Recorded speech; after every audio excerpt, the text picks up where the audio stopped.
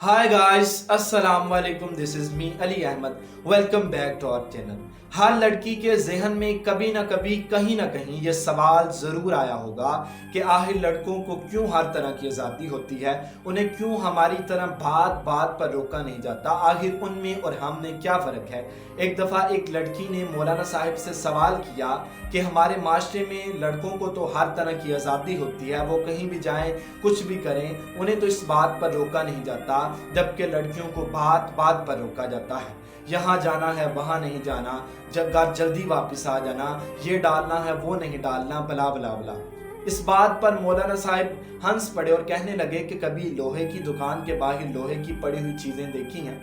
गर्मी हो, सर्दी हो, आंधी हो, तूफान हो, धूप हो, बारिश हो, उन पर ज़रा बराबर भी फ़र्क नहीं पड़ता. वो वैसी की वैसी ही रहती हैं, उनकी कीमत में कोई फ़र्क नहीं आता. हमारे माशरे में लड़कों की मिसाल भी कुछ इसी तरह की है. अब चलो एक सुनार की दुकान पर एक बड़ी तिजोरी के अंदर पड़ी हुई एक छोटी तिजोरी, उसके अंदर पड़ी हुई एक छोटी सारी डिब्बी, उसके अंदर नज़ाकत से रेशम पर पड़ा हुआ एक हीरा. क्योंकि जोहरी जानता है कि अगर उस पर ज़रा बराबर भी खराश आ जाए तो उसकी कोई कीमत नहीं रहेगी.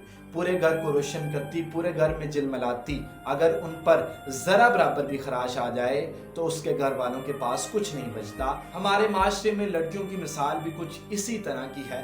ये बात सुनकर उस लड़की की आंखों में आंसू आ गए और पूरी महफिल में सन्नाटा छा गया. उसके आंसू ये साफ साफ बता रहे थे कि लोहे और हीरे में क्या फ़र्क है. अल्लाह ताला हमें भी उन मौलाना जैसा अक्ल व शऊर अता फरमाए और एक दूसरे के लिए आसानियाँ हासिल करने और तकसीम करने की शरफ अता फरमाए. आमीन. अल्लाह हाफ़िज़. पाकिस्तान जिंदाबाद.